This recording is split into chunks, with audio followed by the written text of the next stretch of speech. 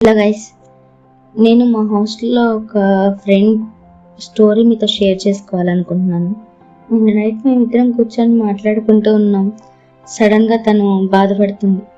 ఏమైంది అని అడిగితే, నాకు అమ్మ నాన్న ప్రేమ, ఇలా ఫ్యామిలీ రిలేషన్స్ ఏవి తెలియవు అనింది. నాకు ఎందుకో కొంచెం బాధగా అనిపించింది.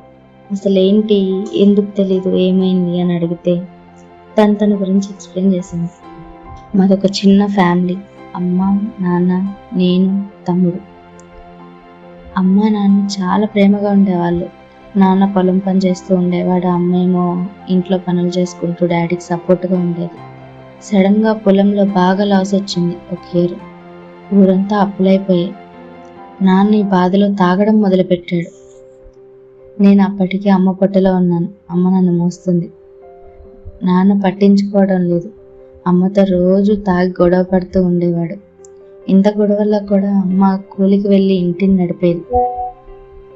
నాన్న కూడా నాకు కొడుకే పుట్టాలి, పుడతాడు అని కోటి ఆశలతో ఎదురు చూస్తున్నాడు.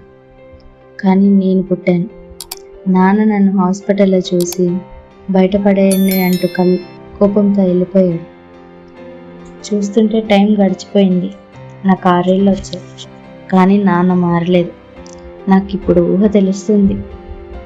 నాన్న నన్ను దగ్గర తీసుకోవట్లేదు, ప్రేమ చూపించట్లేదు అని అర్థమవుతుంది. నేను నాన్న దగ్గరికి వెళ్ళినా చిరాగ్గా దూరంగా వెళ్ళిపోతున్నాడు. ఎందుకో తెలియదు, నా ఏజ్ అలాంటిది. అప్పుడు ఇప్పటికైనా దగ్గర తీసుకున్నాడా లేదా అని పూర్తి కథ తెలుసుకోవాలి అనుకుంటే సబ్స్క్రైబ్ చేసుకోండి.